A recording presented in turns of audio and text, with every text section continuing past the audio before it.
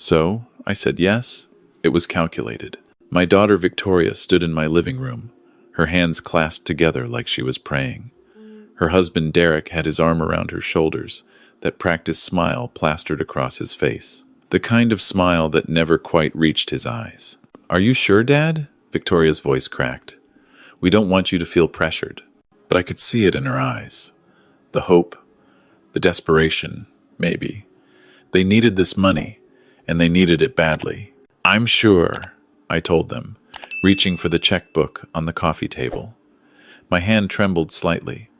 68 years old, and the arthritis was getting worse. "If this investment opportunity is as good as you say, then family should help family." Derek stepped forward, that smile widening. "You won't regret this, Henry, I promise you. 6 months, maybe less, and you'll see triple returns. This real estate development in Phoenix is absolutely foolproof." I wrote the check, $240,000. Nearly half my retirement savings. My hand was steadier than I let on as I signed my name at the bottom. Victoria hugged me, and I could feel her body relax against mine. "Thank you, Dad. You don't know how much this means to us, to our future." After they left, I sat in my recliner for a long time, staring at the checkbook. The house felt too quiet. It had been that way since Martha passed 3 years ago, 42 years of marriage, and then nothing but silence and empty rooms. Victoria was all I had left, my only child. She'd always been cautious, methodical. She got that from me. So when she came to me 2 weeks ago, nervous and excited about this investment, Derek had found something felt off, but I'd said yes anyway, because I needed to know for sure. The next morning, I made myself coffee and sat down at the computer. My fingers moved across the keyboard with practiced efficiency. 35 years with the Seattle Police Department, the last 20 as a detective in the Financial Crimes Unit. I'd investigated everything from embezzlement to money laundering, from Ponzi schemes to mortgage fraud. You don't just retire from that kind of work and forget how to spot a con. I started with Derek himself. Derek Cunningham, 39 years old. He'd married my daughter 4 years ago at a vineyard in Napa Valley. It had been a beautiful wedding. I'd walked Victoria down the aisle, my chest tight with pride, and something else I couldn't quite name, a warning bell that I'd ignored because I wanted her to be happy. His LinkedIn profile was impressive. Senior Investment Advisor at Meridian Capital Partners, Harvard Business School. Previous positions at 3 different investment firms in Chicago and New York. The photo showed him in a sharp suit, confident and professional. But when I dug deeper, the cracks started to show. Meridian Capital Partners had been registered as an LLC only 18 months ago. The business address was a UPS store in Bellevue. The website was sleek and professional, full of testimonials and projected returns. But when I ran a reverse image search on the office photos, they came from a stock photography site. I spent the next 3 days building a profile. I called in a favor from my old partner, Ray Sullivan. He was still with the department, now captain of financial crimes. I asked him to run Derek's name through the system, casual-like, just a father checking up on his son-in-law. "Henry, you know I can't just—" "Ray, please. Call it a hunch." He called me back 2 hours later. "Your hunch was right, Derek Cunningham. No criminal record, but his name popped up in 2 investigations over the past 6 years. Once in Illinois, once in New York. Both times as a person of interest in securities fraud cases. Never charged, but the pattern's there. He'd moved cities right before things got hot. My blood ran cold. What kind of fraud? Classic affinity scam. He'd target wealthy retirees through their families. Get the kids to convince the parents to invest. By the time anyone realized it was a scheme, he'd be gone. I thanked Ray and hung up. Then I sat at my kitchen table and stared at the photograph of Victoria on my refrigerator. She was 8 years old in that picture, missing her 2 front teeth, holding up a fish she'd caught on our camping trip to Lake Chelan. She'd been so proud. Did she know? Was my daughter part of this? The thought made me sick. Over the next 2 weeks, I did what I'd done for 3 decades. I investigated. I set up a fake email account and reached out to some of the investors' testimonials on the Meridian Capital website. 3 of them bounced back. The rest never responded. I tracked the business filings. Derek had registered 4 different LLCs over the past 5 years, all with similar names, all dissolved within months. I followed him. Twice. The first time, he drove to a luxury apartment building in downtown Seattle. The address wasn't the modest 3-bedroom house in Ravenna where he and Victoria lived. I waited outside for 3 hours. He never came out, but a woman did. Mid-30s, blonde, carrying designer shopping bags.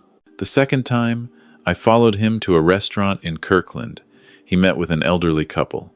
I sat 3 tables away, ordered coffee I didn't drink, and watched. The couple looked excited. The husband kept nodding. The wife was wiping away tears. Derek shook their hands and gave them papers to sign. I felt rage building in my chest like pressure in a sealed container. When I got home that night, Victoria called. "Hi, Dad. Just checking in. How are you feeling?" "I'm good, sweetheart. How are you?" "Great. Derek's been working so hard on this Phoenix deal. He says everything's moving forward faster than expected. You should see the property plans. It's going to be amazing." Her voice was bright, enthusiastic. She believed every word. "That's wonderful," I said. My voice sounded hollow, even to my own ears. "Dad, are you okay? You sound tired." "Just the usual. Arthritis acting up. Nothing serious. You should come over for dinner this weekend. Derek wants to show you the latest projections." "I'd like that." After we hung up, I sat in the dark living room for a long time. The streetlight outside cast shadows across the walls. I thought about Martha. What would she tell me to do? She'd always been the moral compass in our marriage. I was the detective, the skeptic. She was the believer in second chances. But she wasn't here anymore. I had to make this choice alone. The next day, I made an appointment with my attorney, James Bradford. We'd known each other for 20 years. I'd worked a fraud case that saved his elderly mother from losing her house. "Henry, you look like hell," he said when I walked into his office. "I need your help, James. And I need you to keep this confidential." I laid out everything. The investment, Derek's history, the pattern of fraud. James listened, his expression growing darker. "You gave him $240,000. "I did. Henry, we need to report this. File charges. You can probably get most of that money back if we move quickly." "No." "No?" I leaned forward. "I need more proof. Solid evidence. I need to know if my daughter is involved or if she's a victim. And I need to do this right, so when it goes to trial, there's no possibility he walks away." James studied me for a long moment. "You're still a detective. Always will be." He nodded slowly. "What do you need from me?" "Set up a wire transfer monitoring on my account. If Derek tries to move that money, I want to know where it goes. And I need you to prepare paperwork for a civil suit. Fraud, embezzlement, whatever will stick. Done." "But Henry," he paused, "what about Victoria?" "That's what I need to find out." That weekend, I went to their house for dinner. Victoria answered the door with a hug. She looked happy, healthier than I'd seen her in months. The stress lines around her eyes had softened.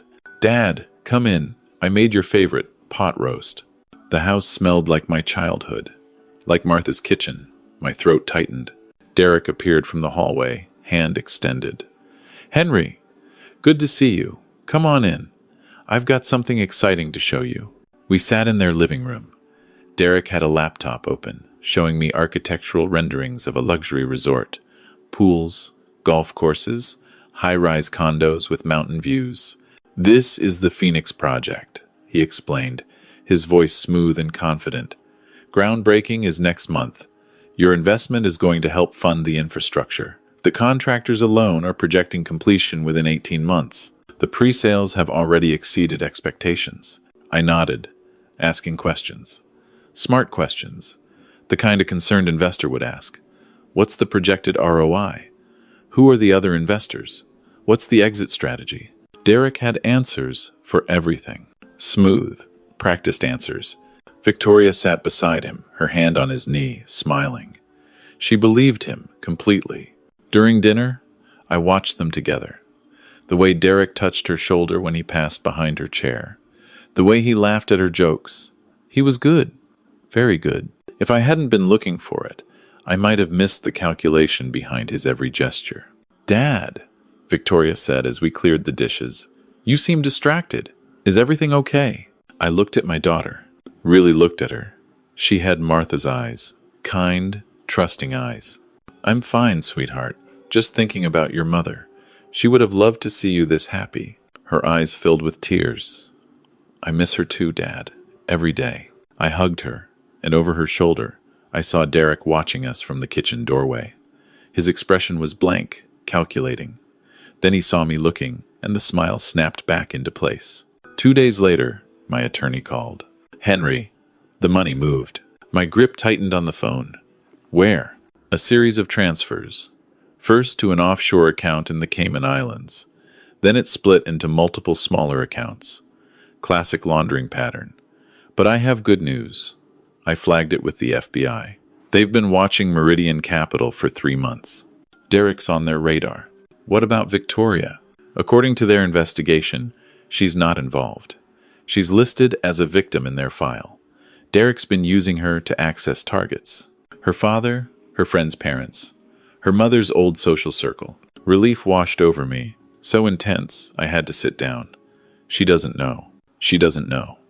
"Henry, the FBI wants to move on this within the week. They're asking if you'll cooperate. Testify." "Yes. Absolutely yes. There's something else. They found 2 other wives. Derek's been married 3 times under different names. Each time, he married into a family with money, worked the investment scheme, then disappeared. Your daughter is wife number 3. I closed my eyes. Rage and relief warred inside me.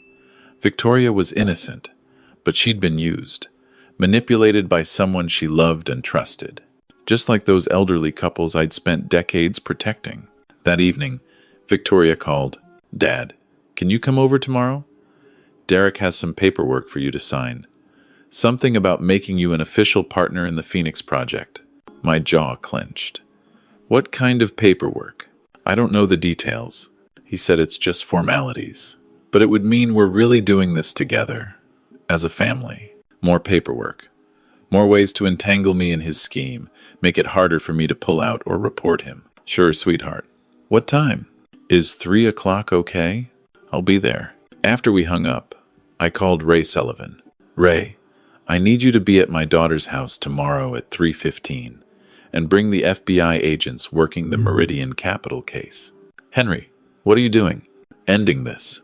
The next day, I arrived at Victoria's house at exactly 3 o'clock. My hands were steady as I rang the doorbell. No more trembling, no more pretending to be the aging, vulnerable father. Derek answered, all smiles. "Henry, right on time. Come in, come in." Victoria was in the kitchen making coffee. I could hear her humming. Derek led me to the dining room table where papers were spread out. Partnership agreements, power of attorney documents, forms that would give him access to the rest of my accounts. "Just need your signature on these," he said, uncapping an expensive pen. "And we're all set." I looked at the papers. Then I looked at him. "Derek, I have a question." "Of course. What is it?" "How long did you think you could run this con?" The smile froze on his face. "I'm sorry?" I pulled out my phone and laid it on the table. I'd been recording since I walked through the door. Meridian Capital Partners. Registered 18 months ago to a UPS store in Bellevue. No actual office. No actual employees except you. The Phoenix Development Project doesn't exist. The architectural renderings are stock images purchased from a website called Design Hub. The contractor testimonials are fabricated. And you've run this same scam in Illinois and New York under the names Derek Morrison and Derek Hayes. His face went white, then red, then carefully, deliberately blank. "Henry, I don't know what you're... I was a detective with Seattle PD for 35 years. Financial Crimes Unit for the last 20. I've investigated over 200 fraud cases. I know exactly what you are." Victoria appeared in the doorway, coffee mugs in her hands. "Dad, What's going on? Before I could answer, Derek lunged for my phone. But I was ready. I pulled it back and stood up, putting the table between us. My $240,000 was transferred to an offshore account in the Cayman Islands 3 days ago.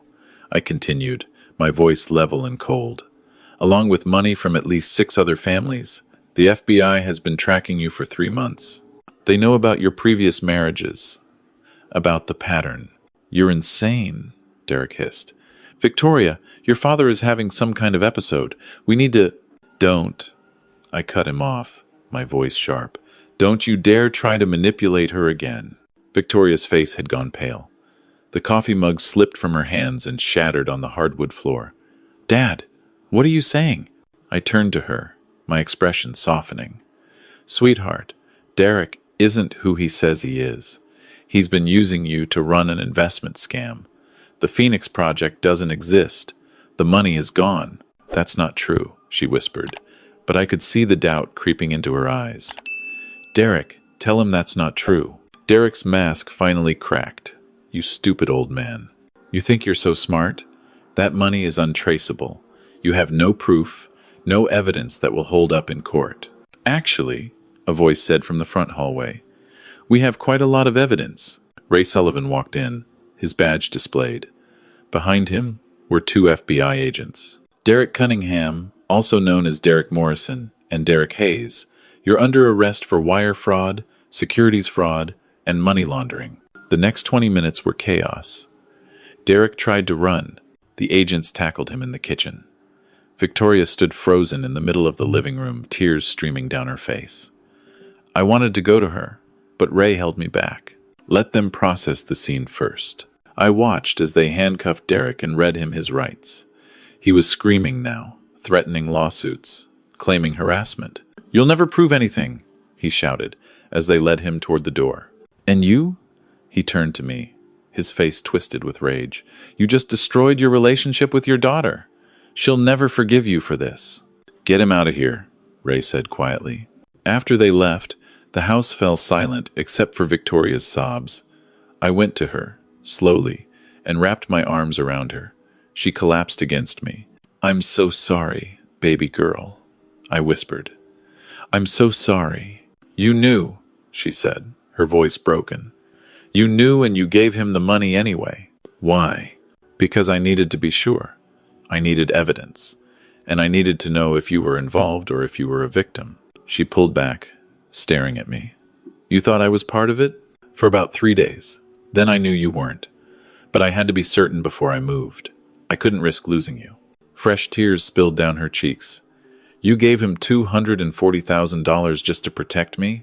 I would have given him everything I owned to keep you safe. She buried her face in my shoulder and cried. I held her like I did when she was 8 years old and had nightmares. When the world was scary and I was the one who could make it better. Some things don't change. The FBI recovered $180,000 of my money. The rest had been spent on Derek's luxury apartment, the designer clothes for his girlfriend, the expensive car he'd been hiding in a garage in Tacoma. He was charged with 15 counts of fraud across 3 states. The prosecution estimated he'd stolen over $2 million from 23 victims over 8 years. Victoria filed for divorce. The house was in her name, thankfully. Derek had insisted on that, probably planning to abandon it like he'd done with his previous families. It's been 6 months now. Victoria moved back in with me temporarily. The house doesn't feel so empty anymore.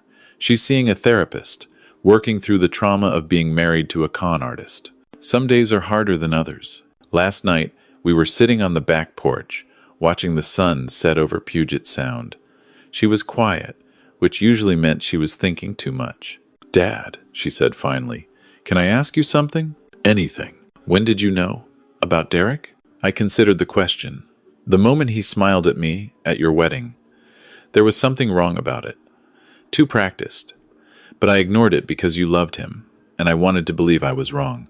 You should have told me. I know. But you wouldn't have believed me without proof. Love makes us blind to red flags. She nodded, staring at her hands. I feel so stupid. You're not stupid. You're human. He was a professional. This is what he does. Did what he did. Right. Did We sat in comfortable silence for a while. Then Victoria turned to me. "Thank you," she said softly, "for protecting me, even when it cost you." I reached over and took her hand. That's what fathers do. We protect our children, no matter what it costs. She squeezed my hand, and we watched the last of the sun disappear below the horizon. I'm 68 years old. My arthritis is getting worse. My retirement savings took a hit. But my daughter is safe, the con artist is in prison, and I can look at myself in the mirror every morning. Some might say I should have reported Derek immediately, that I took too big a risk. Maybe they're right. But I'm an old detective. I know you can't arrest someone on suspicion. You need evidence. You need proof. And sometimes, to get that proof, you have to be willing to take a calculated risk. So yes, I said yes. I wrote that check. I played the role of the vulnerable, trusting father, because I knew exactly what I was doing. And sometimes, the best way to catch a predator is to let them think you're prey.